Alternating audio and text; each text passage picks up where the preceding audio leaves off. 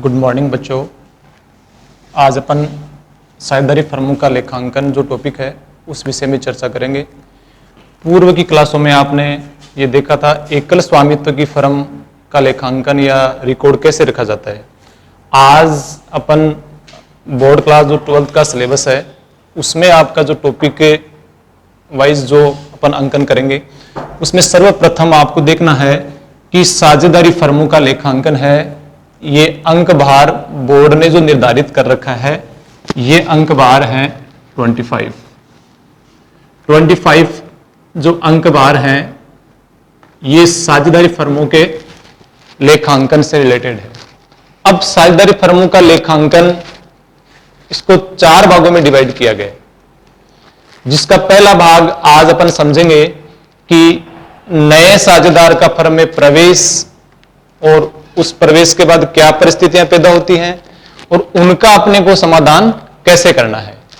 तो आइए विद्यार्थियों कि जब भी कोई नया साझेदार फर्म में प्रवेश करता है तो सबसे पहले तो यह देखना होता है कि नया साझेदार कोई भी फर्म है वो उसे नए साझेदार को क्यों शामिल करना चाहती है, ये जानना जरूरी है। क्योंकि आज अपन जानते हैं कि एकल स्वामित्व की फर्म है, जैसे जैसे वो ग्रोथ करती जाती है तो उसको अधिक पूंजी की आवश्यकता और प्लस फर्म के विस्तार के लिए मैनेज करने के लिए या प्रबंध किए जो एक्टिविटीज हैं उनको और प्रबल करने के लिए हमें एक वेतनभोगी कर्मचारी से काम नहीं चला सकते। क्योंकि वेतनभोगी कर्मचारी होता है वो तो उसका तो निर्धारित टाइम होता है 8 घंटे 6 घंटे 10 घंटे, उसके बाद उसका कोई उत्तरदायित्व नहीं होता। लेकिन बड़ी फर्में हैं उनमें एक बराबर के प्रबंधक के रूप में वो स्वामित्व प्रदान करके एक साझेदार को अपने बराबर उसको विलय करना चाहते हैं। तो इस टॉपिक में अपन समझेंगे जब भी कोई नया साझेदार आता है तो उसे फर्म में 2 अधिकार मिलते हैं। फर्म में उसे 2 अधिकार मिलते हैं। पहला अधिकार यह होगा जब भी नया साझेदार फर्म में आएगा फर्म की संपत्तियों में हिस्सा लेने का अधिकार। फर्म की संपत्तियों में हिस्सा लेने का अधिकार। फर्म की संपत्तियों में हिस्सा लेने का अधिकार। हिस्सा लेने का अधिकार। फर्म की संपत्तियों में हिस्सा लेने का अधिकार। जब भी कोई नया साझेदार फर्म में प्रवेश करता है तो उसे फर्म की संपत्तियों में हिस्सा लेने का अधिकार। दूसरा, फर्म के भावी लाभों में हिस्सा। फर्म के भावी लाभों में फर्म के भावी लाभों में हिस्सा। अब जब कोई नया साझेदार फर्म में प्रवेश कर रहा है तो सबसे पहले आपके दिमाग में यह आएगा कि फर्म की संपत्तियों में हिस्सा लेने का अधिकार उसको कब मिलेगा। दूसरा, आप ये जानेंगे कि फर्म की जितनी भी प्रॉपर्टी है उसमें उसको हिस्सा मिल गया तो इसके बदले उसे क्या देना पड़ेगा, या यूं कहें उसके बदले उसे फर्म को जो पहले से चली आ रही है उसको क्या चुकाना पड़ेगा, तब जाकर के यह अधिकार मिलता है। तो इसका अपन आंसर खोजेंगे तो आपको पता लगेगा नया साझेदार फर्म में नया साझेदार फर्म में अपने हिस्से की पूंजी निवेश करेगा। अपने हिस्से की पूंजी निवेश करेगा, अर्थात अपने हिस्से की वो पूंजी लेकर आएगा, तब जाकर के उसे फर्म की संपत्तियों में हिस्सा लेने का अधिकार होगा। दूसरा, अपन जानेंगे कि अभी तक तो फर्म की जितनी प्रॉपर्टी है उसमें उसका हिस्सा तय कर दिया, उसमें वो अपना हिस्सा लेने का हकदार हो गया। क्यों? क्योंकि उसके बदले उसने क्या दिए, फर्म को पूंजी दी है। पूंजी दी है, तब जाकर के उसको फर्म की संपत्तियों में हिस्सा लेने का अधिकार मिला है। अब इस यहां तक अपन ये नहीं कह सकते कि वो फर्म के भविष्य में जो लाभ है उसमें हिस्सा ले लेगा, नहीं, केवल वो फर्म की प्रॉपर्टी है, उसमें अपना हक जता सकता है, क्योंकि उसके बदले उसने अपने हिस्से की पूंजी दी है। अब बात आती है कि फर्म के भावी लाभों में हिस्सा उसको कैसे मिले। तो फर्म के भावी लाभों में हिस्सा लेने के लिए, क्योंकि फर्म पहले से चली आ रही है और जब नया साझेदार आता है तो उसे केवल पूंजी देने से ही इसका फायदा या भविष्य में वो लाभ में हक नहीं ले सकता। क्यों? क्योंकि पूर्व जो पार्टनर है पहले से फर्म को चला रहे हैं, उन्होंने फर्म को चलाने के लिए काफी संघर्ष किया है। एक प्रकार से मार्केट में इन्होंने अपनी गुडविल, अपनी प्रसिद्धि, अपनी प्रतिष्ठा और ख्याति को मार्केट में लाया है। तो इस चीज को अपन समझेंगे कि जब भी कोई नया साझेदार आता है और भविष्य में फर्म के लाभों में हिस्सा वो तभी ले पाएगा जब इसके बदले वो ख्याति का भुगतान करे। तो भावी लाभों में हिस्सा लेने के लिए अपने हिस्से की ख्याति उस नए साझेदार को देनी पड़ेगी। अपने हिस्से की ख्याति का भुगतान, अपने हिस्से की ख्याति का भुगतान करना होगा।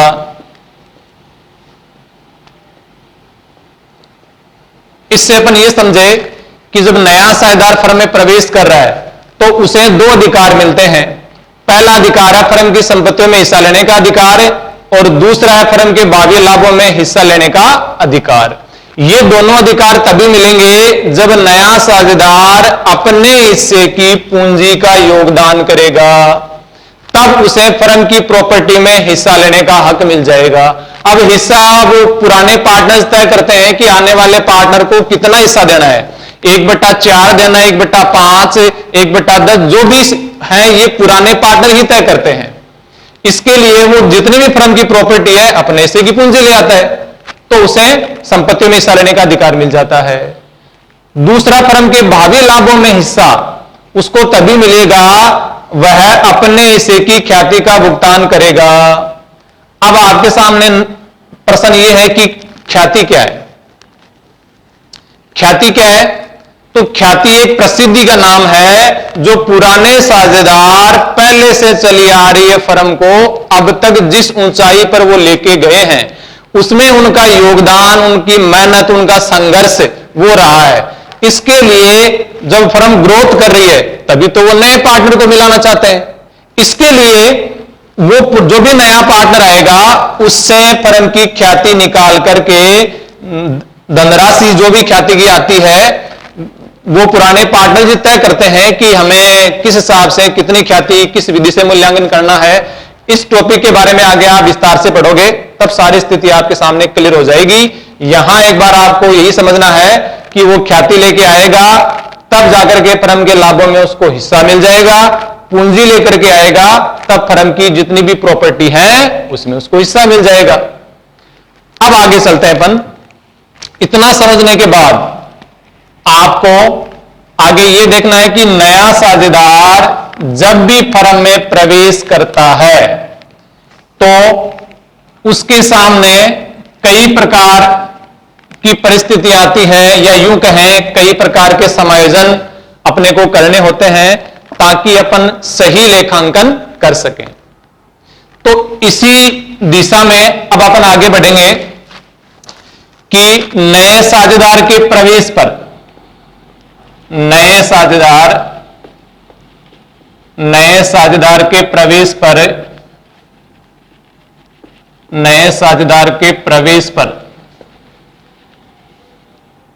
पर किए जाने वाले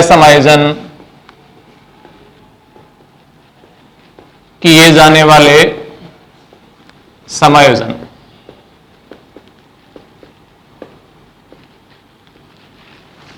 अब यहां इस बात पर आपको थोड़ा सा ध्यान से देखना होगा कि नए साझेदार के प्रवेश पर किए जाने वाले समायोजन कौन कौन समायोजन हो सकते हैं। सबसे पहले जब भी कोई नया साझेदार फर्म में आता है तो त्याग व नया अनुपात ज्ञात करना, त्याग व नया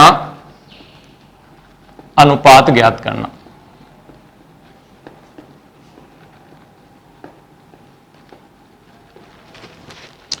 त्याग व नया अनुपात ज्ञात करना। दूसरा समायोजन आपको इसमें करना होगा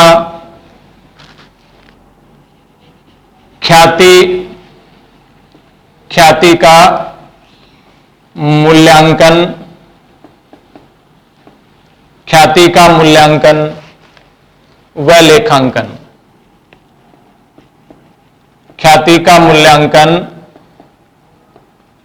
व लेखांकन। अब आप देख रहे होंगे कि जब भी कोई नया साझेदार फर्म में प्रवेश करता है तो हमें किन बिंदुओं का लेखा करना होगा, उसी का नाम है समायोजन।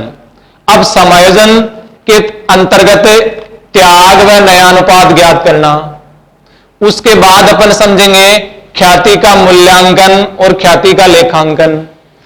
तीसरा टॉपिक आता है पूंजी का समायोजन, पूंजी का समायोजन, पूंजी का समायोजन, पूंजी का समायोजन। इसके बाद अपन समझेंगे पूंजी का समायोजन। इसके अलावा अवितरित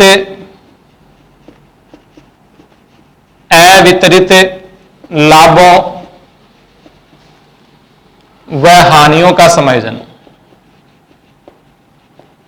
अवितरित लाभों व हानियों का समायोजन।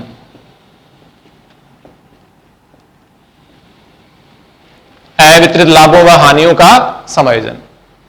इसके अलावा अपने को यह भी देखना है कि जब भी नया साझेदार फर्म में प्रवेश करता है तो जिस दिन वो फर्म में प्रवेश करेगा उस दिन फर्म की संपत्ति और दायित्व उनकी जो गणनाएं हैं वो दोबारा करनी होती है।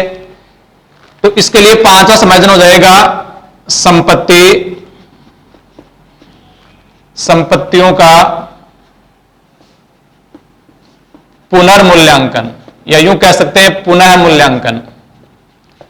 संपत्तियों का पुनः मूल्यांकन व दायित्वों का निर्धारण, दायित्वों का निर्धारण, दायित्वों का निर्धारण। तो इस अध्याय में फर्म का पुनर्गठन या यूं कहे साझेदारी फर्मों का लेखांकन। पूर्व कक्षा में आप पढ़ चुके हैं साझेदारी का सामान्य परिचय। उसके बाद अपन आगे बढ़ते हैं नए साझेदार का फर्म में प्रवेश, इसे यूं कह सकते हैं ये लेसन नंबर अपना बोर्ड क्लास का 2 है। तो इससे पहले मैं आपको समझा चुका हूं लेसन नंबर 1 के बारे में। अब अपन जो नए सिरे से अपने जो आगे क्लासें रहेगी इसमें आपको पॉइंट टू पॉइंट आपको समझना है टॉपिक वाइज। तो इस कड़ी में अपन आज लेते हैं नए साझेदार का फर्म में प्रवेश।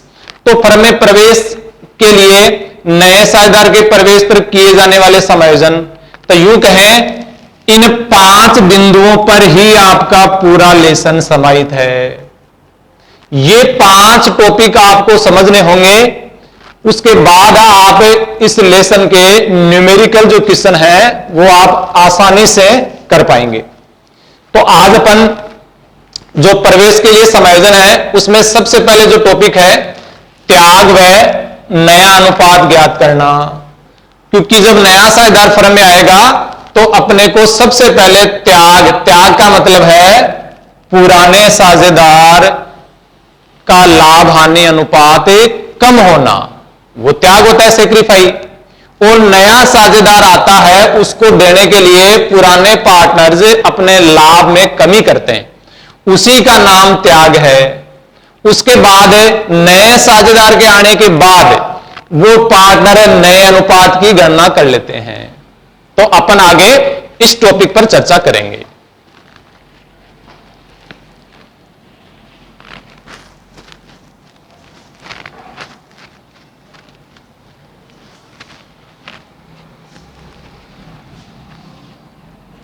तो पहला समायोजन आपका रहेगा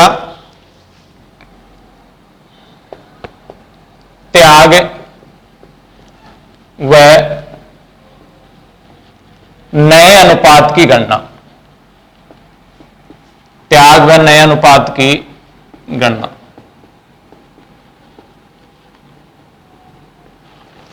त्याग व नए अनुपात की गणना में दो टॉपिक हैं, त्याग और नया अनुपात। इन दोनों टॉपिकों को अपन एक साथ समझेंगे तो समझने में ज्यादा आसानी रहेगी, और अलग अलग भी आप समझ सकते हैं। तो इसके समझने के लिए परिस्थितियां हैं, विभिन्न परिस्थितियों के द्वारा अपन समझेंगे। इससे पहले आपके दिमाग में इस बिंदु को समझना जरूरी कि त्याग क्या है। तो त्याग मीन्स जब भी कोई नया साझेदार आता है तो पुराने साझेदार अपना जो हक है उसका कुछ परसेंट या यूं कहें कुछ हिस्सा वो नए साझेदार को दे देते हैं। जितने भी पुराने साझेदार हैं, अब पुराने साझेदारों के द्वारा जो दिया गया हिस्सा है वो जुड़ करके नए साझेदार का हिस्सा कहलाता है।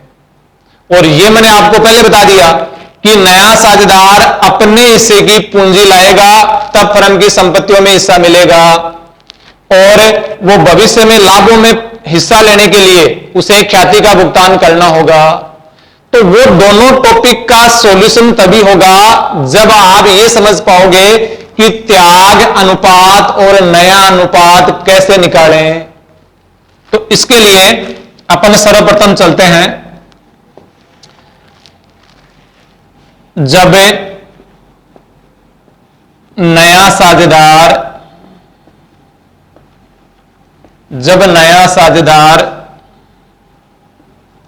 अपना हिस्सा, जब नया साझेदार अपना हिस्सा पुराने साझेदारों से पुराने अनुपात में प्राप्त करता हो, पुराने अनुपात में प्राप्त करता हो, पुराने अनुपात में प्राप्त करता हो। यहां से अब आपका न्यूमेरिकल टॉपिक या न्यूमेरिकल प्रश्न चालू हो जाते हैं। अब यहां आपको गणनाएं समझनी होगी कि जब नया साझेदार फर्म में प्रवेश करता है तब त्याग और नए अनुपात की गणना करने के लिए सर्वप्रथम परिस्थिति यह बनेगी कि जब नया साझेदार अपना हिस्सा पुराने साझेदारों से पुराने अनुपात में प्राप्त करता हो। कैसे समझे कि नया आने वाला साझेदार है वो अपना हिस्सा पुराने अनुपात में ले रहा है। कैसे, देखो एग्जाम्पल के जरिए अपन समझते हैं। एक फर्म में ए व बी साझेदार लाभों को 3:2 में बांटते हैं, 3:2 में बांटते हैं। इन्होंने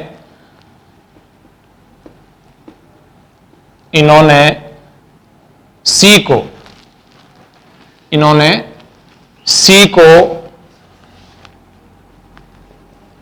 को फर्म में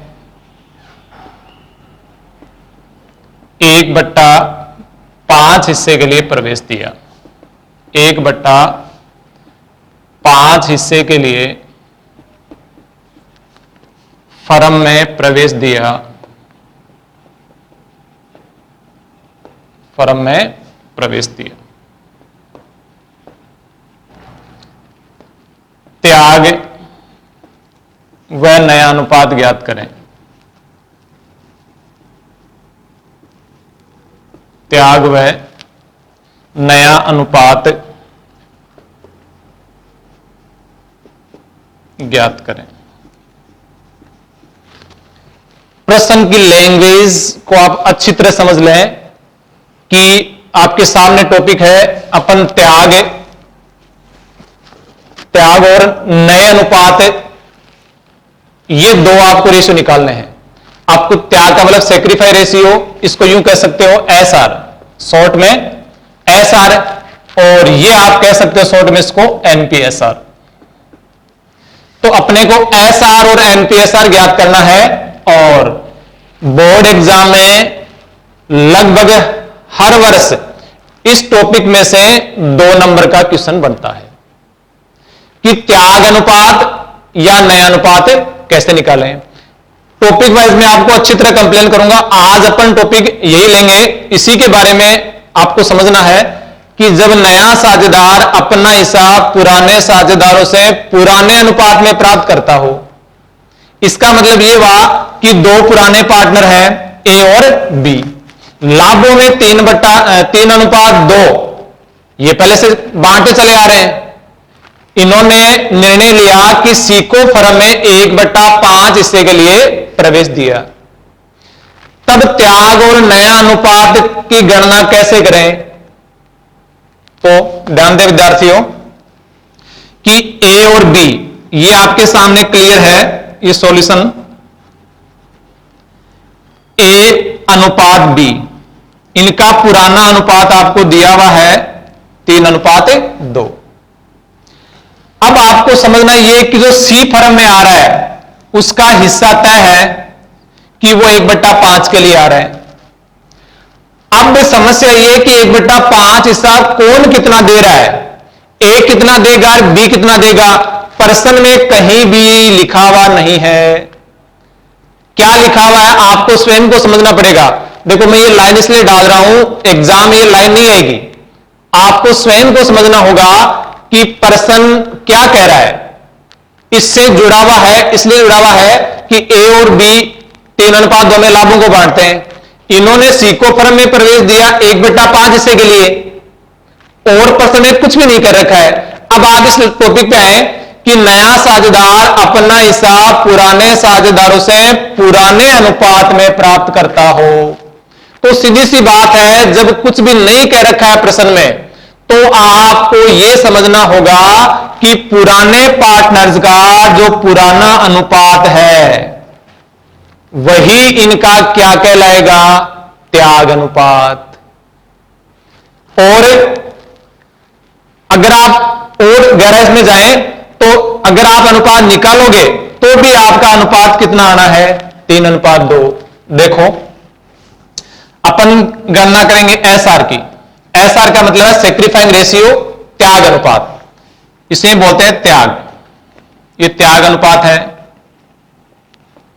अब त्याग अनुपात की गणना करने के लिए आप आए कि ए और बी 3:2 में लाभों को बांटते हैं, सी आपके सामने है कि 1/5 के लिए आ रहा है, तो इसलिए पुराने त्याग कौन करते हैं, पुराने पार्टनर्स।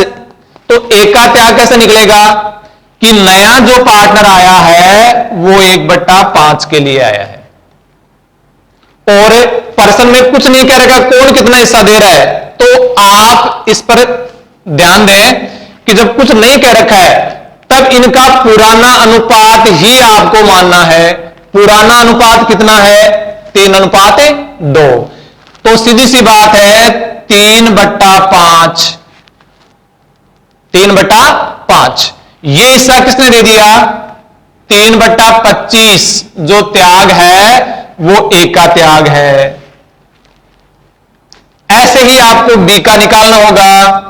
बी का त्याग निकालोगे तो जो नया साझेदार सी आ रहा है वो तो 1/5 के लिए ही आ रहा है, और बी का पुराना अनुपात कितना है, 2/5, अनुपात के पदों का योग 2/5 बी का पुराना है।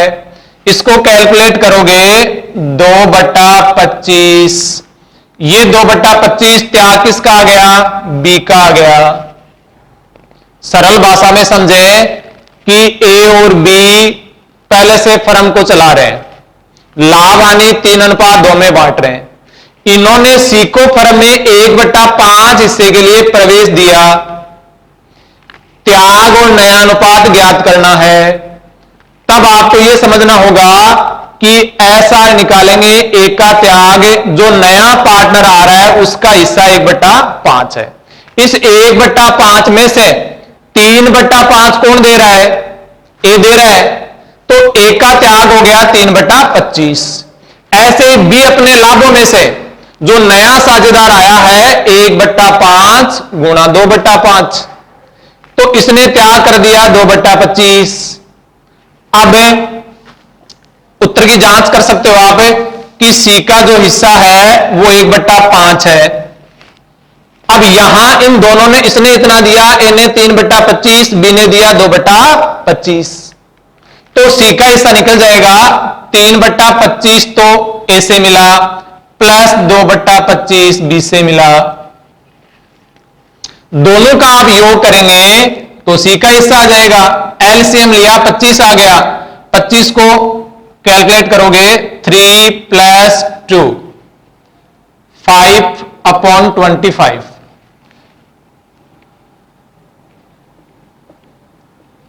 तो 1/5 आप देखोगे 1/5 हिस्सा उसका निकल चुका है, सी 1/5 के लिए है।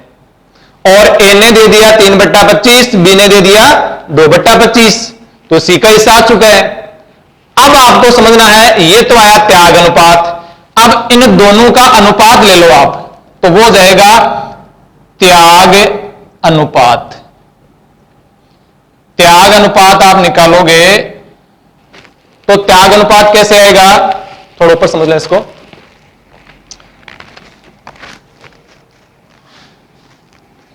त्याग अनुपात निकालने के लिए अभी जो आपके सामने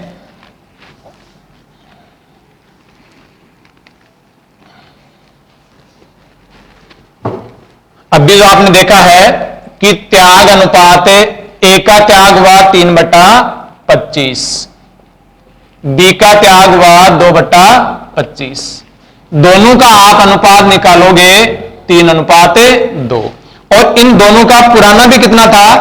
3/2।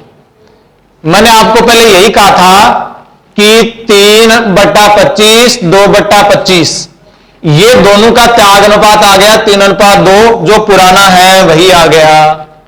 इसका निष्कर्ष ये हुआ कि जब प्रश्न में कुछ नहीं कह रखा है तो पुराने पार्टनर्स का पुराना अनुपात ही क्या कहलाएगा? त्याग अनुपात कहलाएगा।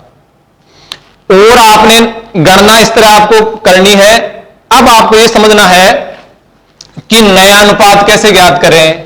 यह तो बात त्याग की हो गई है। त्याग के बाद अब आपको निकालना है नया अनुपात। नया अनुपात कैसे निकालोगे? नया अनुपात को शॉर्ट में आप लिख सकते हो NPSR, new profit sharing ratio. New profit sharing ratio. तो NPSR ज्ञात करने के लिए अब आपको देखना यह है कि एक का जो पुराना अनुपात है वो 3/5 है। ए ने सी को कितना दिया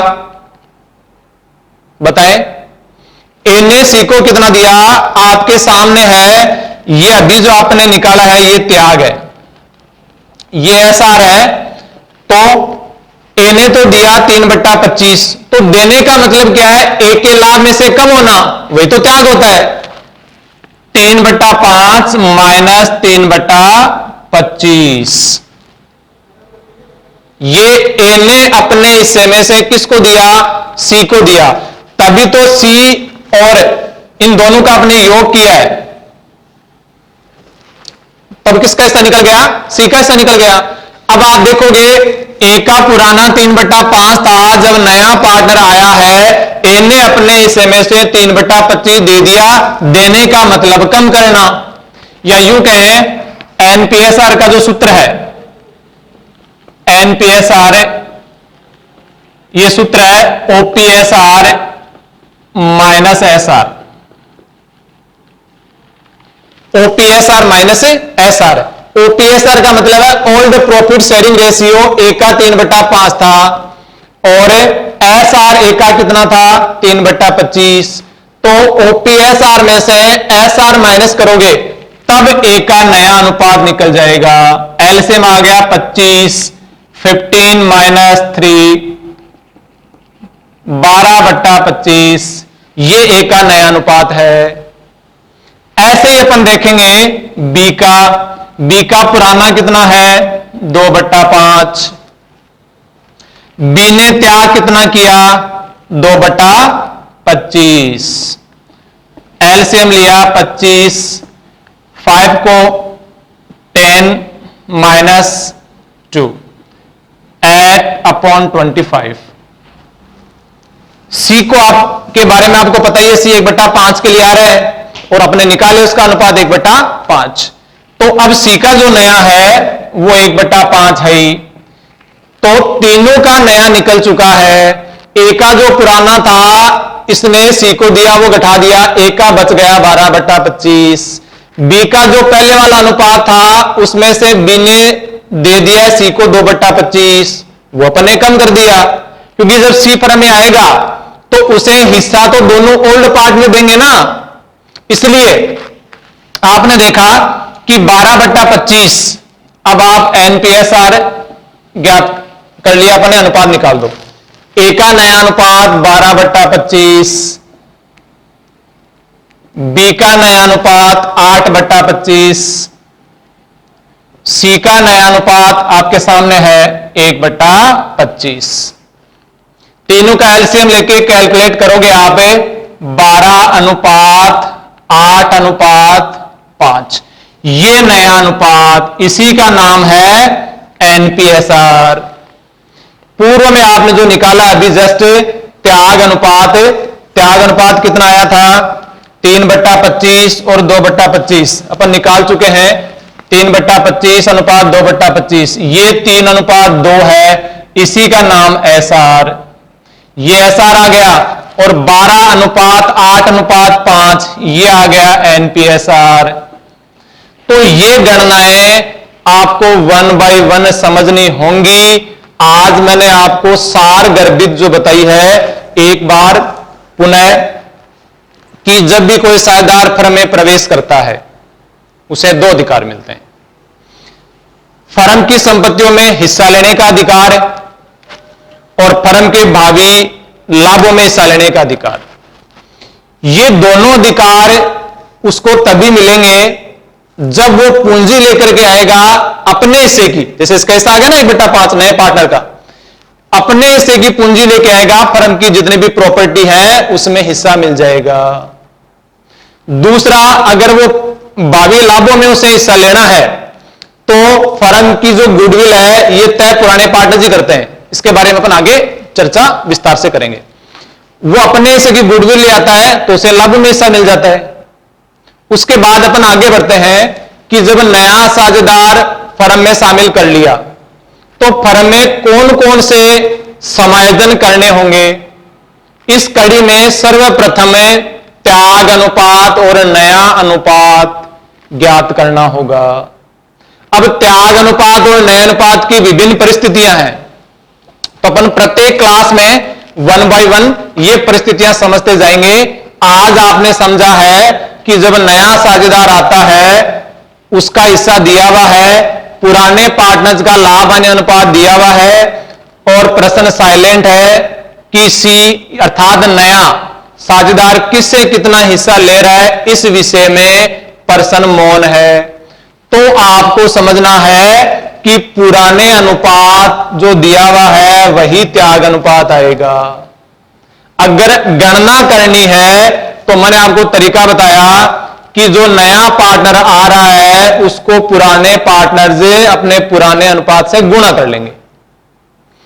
ए का त्याग ऐसे ही निकाल दिया अपने, बी का त्याग, तो त्याग जो अनुपात है वो 3:2 आ गया, अर्थात इनका पुराना अनुपात। तो पुराना ही त्याग हो गया। अब नए अनुपात पर आते हैं अपने। तो नए अनुपात की गणना करने के लिए ये सूत्र है ओपीएसआर माइनस एसआर। ओपीएसआर का मतलब है पुराना लाभ हानि अनुपात, एसआर का मतलब त्याग अनुपात। ए ने जो त्याग किया है वो ए के पुराने में से माइनस कर दो, बी ने जो त्याग किया है वो बी के पुराने में से माइनस कर दो, तो इन दोनों का जो नया अनुपात निकल कर ये आ गया, और सी अभी फर्म में नया आया ही है, तो तीनों को शामिल कर लिया अपन ने। इसका मतलब ये ए बी अनुपात सी, तो तीनों का आपने देखा नया आ गया 12 अनुपात 8 अनुपात 5। तो ये टॉपिक आज आप अच्छे से क्लियर कर लें, उसके बाद नेक्स्ट क्लास में अपने अगले इसी त्याग और नए अनुपात में आगे विस्तार से और पढ़ेंगे।